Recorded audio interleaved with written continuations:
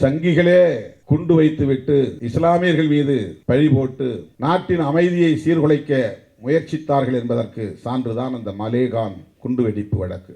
மகாராஷ்டிராவிலே உள்ள ஒரு பகுதி. ஆனால் இன்றைக்கு அவர்கள் 7 பேருமே விடுதலை செய்யப்பட்டு விட்டார்கள். நீதித்துறையை எப்படி அவர்கள் பயன்படுத்துகிறார்கள் என்பதற்கு இது ஒரு சான்று. இன்றைக்கு இந்திய அரசியல் இரண்டாக இருக்கிறது. ஒன்று மதச்சார்பின்மைக்கு ஆதரவு அணி, இன்னொன்று மதச்சார்பின்மைக்கு எதிரான அணி.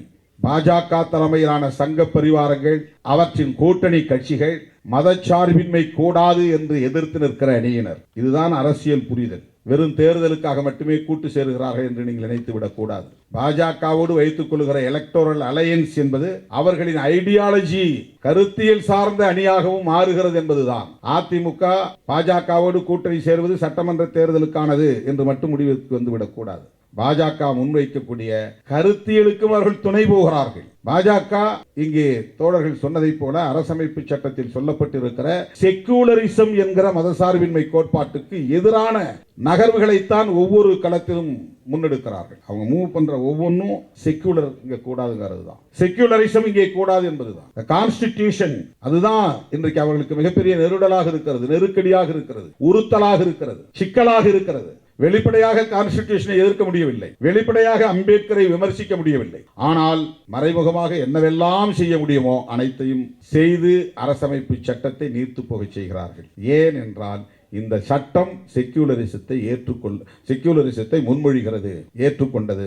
இதை திருத்தத்தின் மூலம் மேலும் உறுதிப்படுத்திய இயக்கம் காங்கிரஸ். இந்திரா காந்தி அம்மையார் சோசலிஸ்ட் செக்யூலர்ங்கிற 2 வார்த்தையை இன்செர்ட் பண்றாங்க 1976ல. இதை தகர்க்க வேண்டும் என்பதுதான் அவர்களின் நோக்கம். எனவே காங்கிரஸ் தலைமையிலே மதச்சார்பின்மைக்கு ஆதரவான அணி இந்தியா முழுக்க இயங்குகிறது. பிஜேபி தலைமையிலே மதச்சார்பின்மைக்கு எதிரான அணி இந்தியா முழுவதும் இயங்குகிறது. இந்த அரசியலை இப்படித்தான் நாம் கூர்மைப்படுத்த வேண்டும். யார் மதச்சார்பின்மைக்கு ஆதரவானவர்கள், அவர்கள் அனைவரையும், அனைத்து ஜனநாயக சக்திகளையும் நாம் அணிதிரட்ட வேண்டும். மதச்சார்பின்மை தான் இங்கே அரசியலின் கருப்பொருளாக இருக்கிறது, அடிப்படை கோட்பாடாக இருக்கிறது. அதை பாதுகாப்பதா அல்லது தகர்ப்பதா என்பதுதான் இங்கே நடக்கிற யுத்தம். இந்த யுத்தத்தை நாம் எந்த பக்கம் இருக்கிறோம் என்கிற தெளிவு நமக்கு தேவை. அதை உணர்த்துவதற்காகத்தான் இந்த ஆண்டுக்கான கருப்பொருள் பேரணியிலே பல லட்சம் பேரை திரட்டி நாம் நடத்திய மதச்சார்பின்மை காப்போம் பெருந்திரள் பேரணி.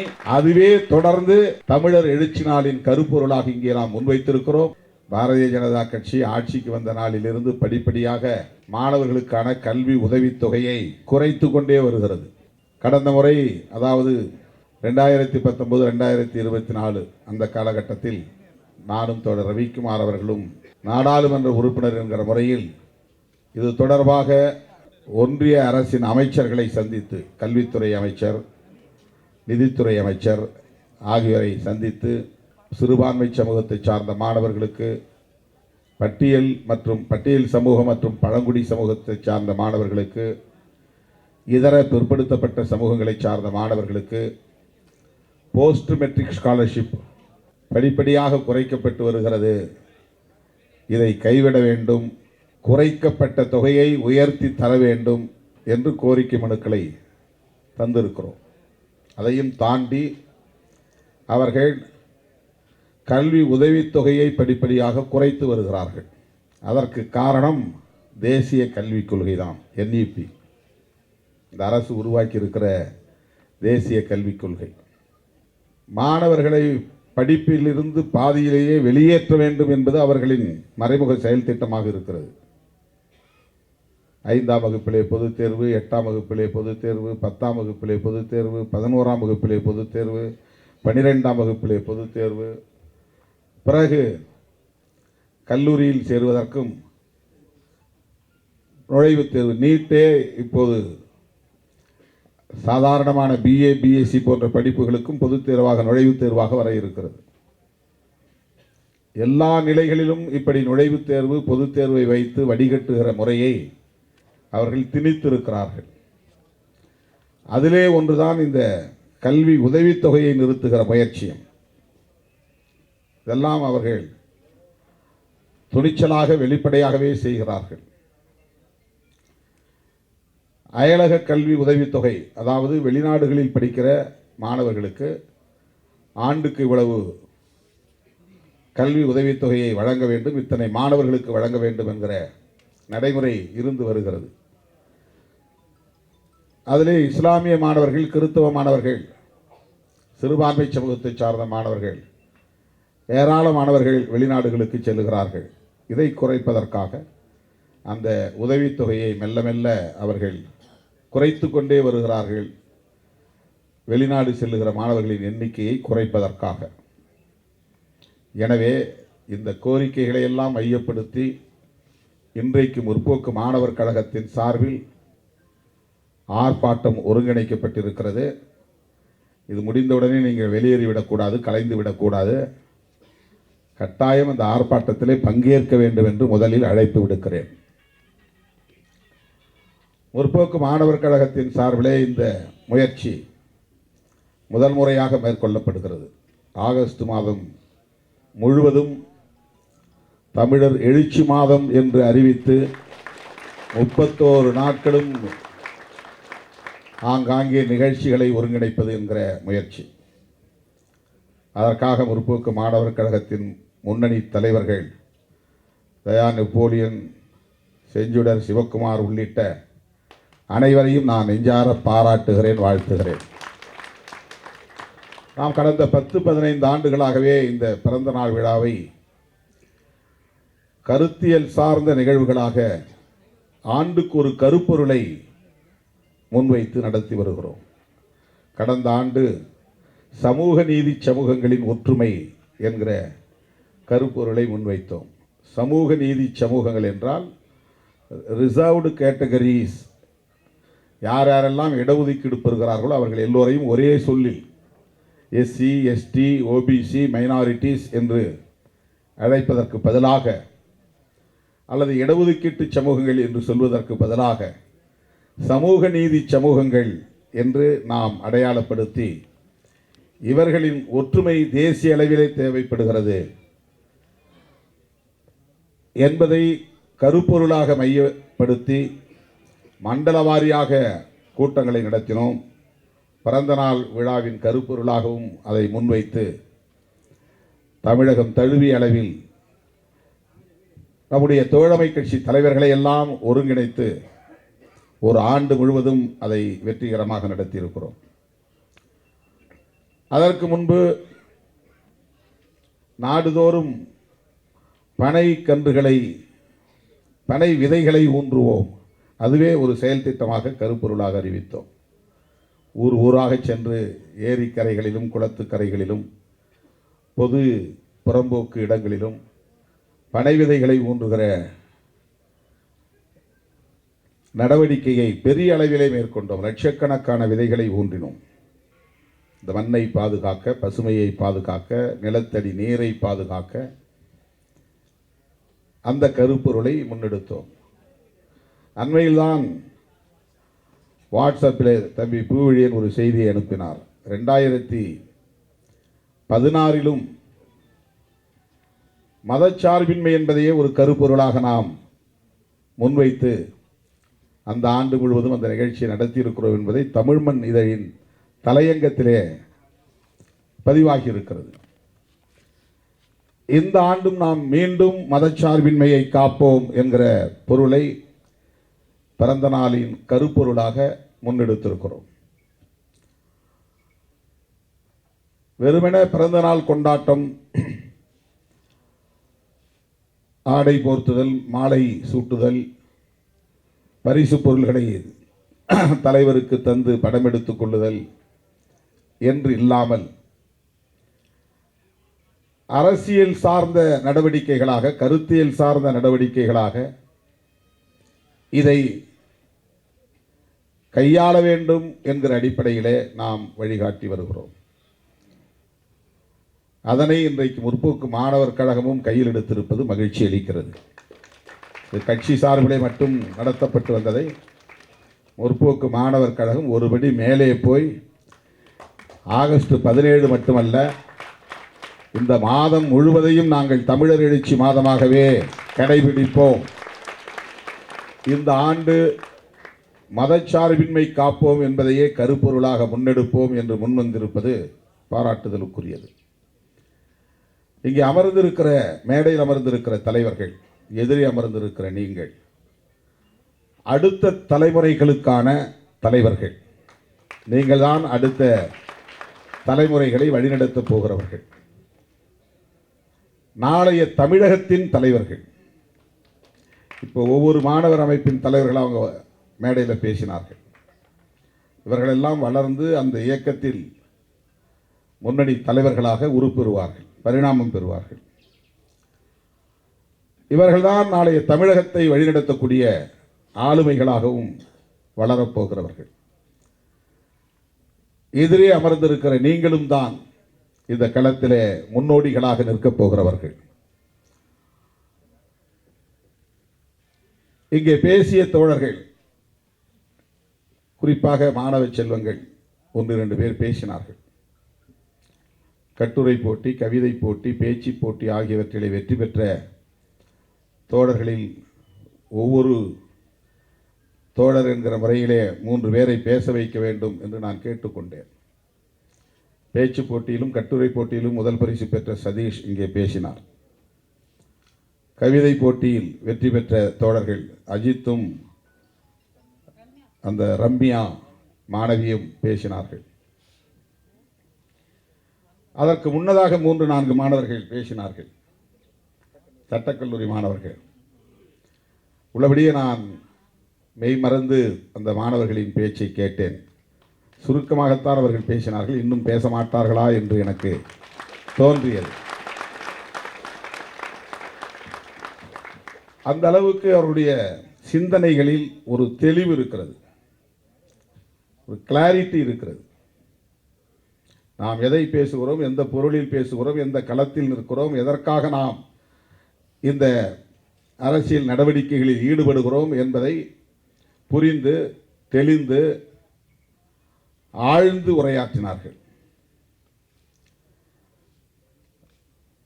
உங்களை பார்க்கிற போது அடுத்த தலைமுறைக்கு நல்ல தலைவர்கள் உருவாகப் போகிறார்கள் என்கிற நம்பிக்கை எனக்கு இந்த மேடையில் உருவாகி இருக்கிறது. நான் அடிக்கடி யோசிச்சு கவலைப்படுவேன். சமூக ஊடகங்களில் சாதியவாத சக்திகளும் மதவாத சக்திகளும் எப்படி கருத்துக்களை திரிக்கிறார்கள், பரப்புகிறார்கள், அவதூறு செய்கிறார்கள் என்பதை எண்ணி கவலைப்படுவேன். இப்போதைக்கு நிறைய தலைவர்கள் களத்திலே நிற்பவர்கள் திராவிடம் என்று சொல்லக்கூடாது, தலித் என்று சொல்லக்கூடாது, பெரியார் யார் தமிழர்களுக்கு தலைமை தாங்க, அவரை ஏன் உச்சரிக்க வேண்டும், இதுவெல்லாம் எண்ணி பார்க்கிற போது பெரும் கவலையாக இருக்கிறது.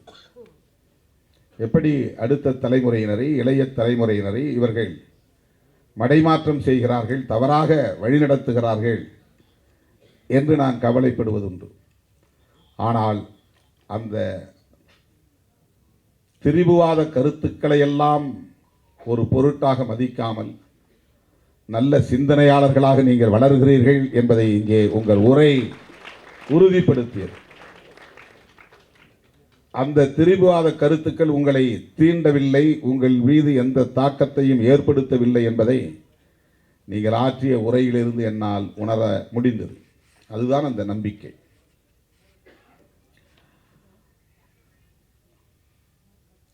NRS பெரியார் அவர்களும் நம்முடைய ராஜீவ்காந்தி அவர்களும் இன்றைக்கு சனாதன சக்திகள் எப்படிப்பட்ட முயற்சிகளை எல்லாம் மேற்கொள்கிறார்கள் என்பதை நேரத்தின் அருமை கருதி சுருக்கமாக பேசினார்கள். சங்கிகளே குண்டு வைத்துவிட்டு இஸ்லாமியர்கள் மீது பழி போட்டு நாட்டின் அமைதியை சீர்குலைக்க முயற்சித்தார்கள் என்பதற்கு சான்றுதான் அந்த மலேகான் குண்டுவெடிப்பு வழக்கு. மகாராஷ்டிராவிலே உள்ள ஒரு பகுதி. ஆனால் இன்றைக்கு அவர்கள் 7 பேருமே விடுதலை செய்யப்பட்டு விட்டார்கள். நீதித்துறையை எப்படி அவர்கள் பயன்படுத்துகிறார்கள் என்பதற்கு இது ஒரு சான்று. IIT தொடர்பாக ராஜீவ்காந்தி அவர்கள் பேசியது, இந்திய ஒன்றிய அரசு, பாஜக பாசிச அரசு குருகுல கல்வி படிக்கிறவர்களுக்கு ஜி தேர்வு எழுத வேண்டிய தேவையில்லை, நேரடியாகவே ஐஐடியில் சேர்ந்து கொள்ள முடியும் என்கிற ஒரு திட்டத்தை அதிகாரபூர்வமாக அறிவித்திருக்கிறார்கள் என்பதை எடுத்து சொன்னார். மாணவர்கள் இதையெல்லாம் உற்று கவனிக்க வேண்டும், உள்வாங்கிக் கொள்ள வேண்டும். ஏதோ வந்தோம் போனோம், சிலபஸை படித்தோம், ஜஸ்ட் பாஸ் பண்ணோம், நம்ம வேலை முடிச்சு டிகிரி வாங்கணும்னு இருக்கக்கூடாது. புரட்சியாளர் அம்பேத்கர் அவர்கள் சிலபஸுக்குள்ள மட்டுமே முடங்கி இருந்தால் இப்படி ஒரு மாமனிதராக அவரால் உருவெடுத்திருக்க முடியுமா என்பதை எண்ணி பார்க்க வேண்டும். அவர் எழுதிய எழுத்துக்களையும் பேச்சுக்களையும் ஆய்வு செய்து இன்றைக்கு நூற்றுக்கணக்கான ஆயிரக்கணக்கான மாணவர்கள் டாக்டரேட் பெற்று வருகிறார்கள். உலகமே அவருடைய அறிவாற்றலை கண்டு வியந்து போற்றுகிறது, வணங்குகிறது. அதற்கு காரணம் அந்த சிலபஸ் என்கிற வளையத்தை தாண்டி இரவு பகலாக தேடி தேடி நூல் நிலையங்களுள் கிடந்து அவர் படித்ததுதான் காரணம். அவர் எந்த பட்ட வகுப்பிலே சேர்ந்தாரோ அந்த பட்ட வகுப்புக்கான பாடத்திட்டத்திற்குள்ளே மட்டுமே முடங்கி போகாமல் சமூகம், அறிவியல், பொருளாதாரம், வரலாறு, தத்துவம் என்று எல்லா தலங்களிலும் அவர் தேடி தேடி கற்ற ஞானம்தான் இன்றைக்கு இந்தியாவின் தலையெழுத்தை, அரசமைப்பு சட்டம் என்கிற தலையெழுத்தை தீர்மானிக்கக்கூடிய வல்லவராக அவர் உயர்ந்த முடிந்தது. எனவே மாணவ செல்வங்கள், உங்கள் பாடத்திட்டங்களையும் நீங்கள் விட்டுவிடக்கூடாது. அது உங்களுடைய கேரியர் மிக முக்கியமானது. ஒவ்வொரு வகுப்பாக நீங்கள் முடித்துக்கொண்டே மேலே வர வேண்டும். அதை தாண்டி அறிவு செல்வத்தை நீங்கள் தேட வேண்டும். வீணாக அரட்டை அடிக்கக்கூடாது, பொழுதுபோக்கக்கூடாது, உங்கள் கவனம் சிதறக்கூடாது. இந்த நாட்டின் மீதும் மக்கள் மீதும் உங்களுக்கான பொறுப்புணர்வு மேலோங்க வேண்டும். கவிஞர் சினேகன் அவர்கள் இங்கே பேசியதை நீங்கள் கவனித்திருப்பீர்கள். அனைவரையும் கவரத்தக்க ஒரு பேச்சு.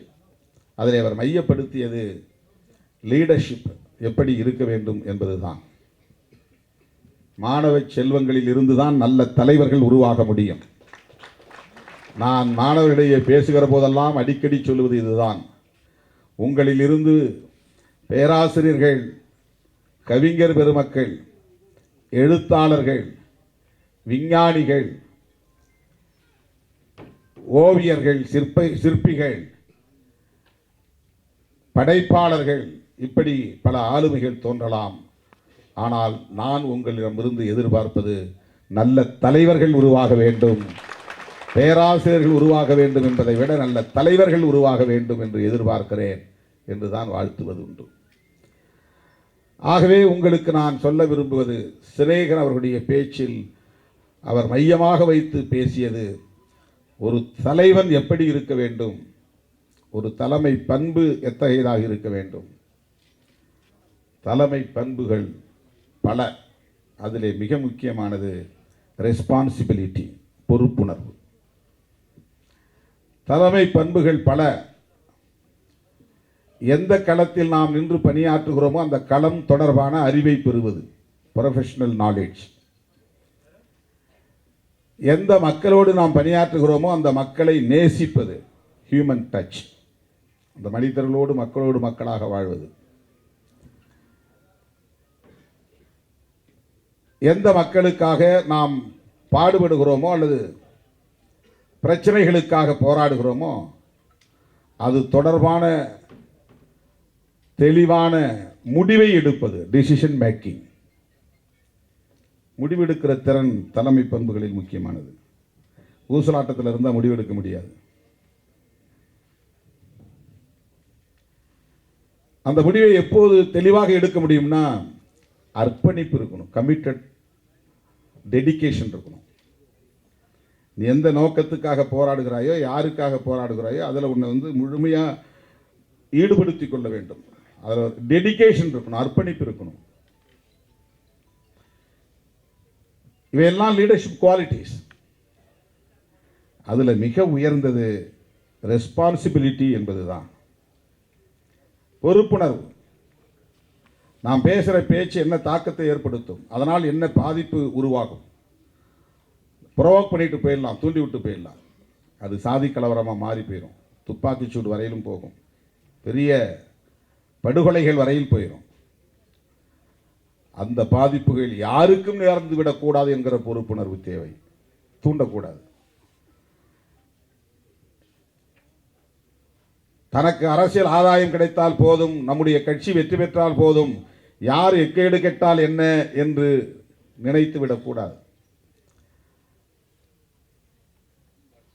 நாட்டுக்கும் மக்களுக்கும் பாதுகாப்பை உறுதி செய்யக்கூடிய பொறுப்புணர்வு தேவை. அதைத்தான் இங்கே கவிஞர் சிநேகன் அவர்கள் திருமாவளவனுடைய அணுகுமுறைகளில் இதைத்தான் நான் மேலோங்கி இருப்பதை பார்த்தேன், அது வியப்பாக இருக்கிறது என்று சொன்னார். என்னை பாராட்டினார் என்பதை நான் மறுபடியும் எடுத்து பெருமைப்படுவதற்காக சொல்லவில்லை, நீங்கள் அதை உணர்ந்தீர்களா என்பதற்காகத்தான் எடுத்து சொல்லுகிறேன், அதை புரிந்து கொண்டீர்களா என்பதற்காக சொல்லுகிறேன். சும்மா வந்துவிடாது தலைமை பொறுப்பு. ஏதோ ஒரு ஈர்ப்பின் அடிப்படையில் மக்கள் திரளக்கூடும், ஆனால் அதை தக்க வைத்துக் கொள்ள முடியாது.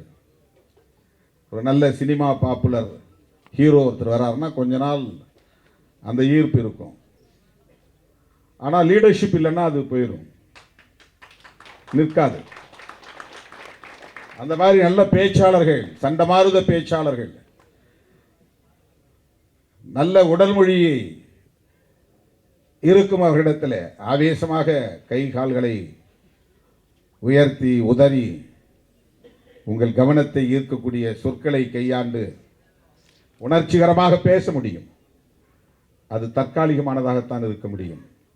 ரெஸ்பான்சிபிலிட்டி இல்லை என்றால், டிசிஷன் மேக்கிங் இல்லை என்றால், ஹியூமன் டச் இல்லை என்றால், ப்ரொஃபஷனல் நாலேஜ் இல்லை என்றால், டெடிகேஷன் இல்லை என்றால் அது நீர்த்து போகும்.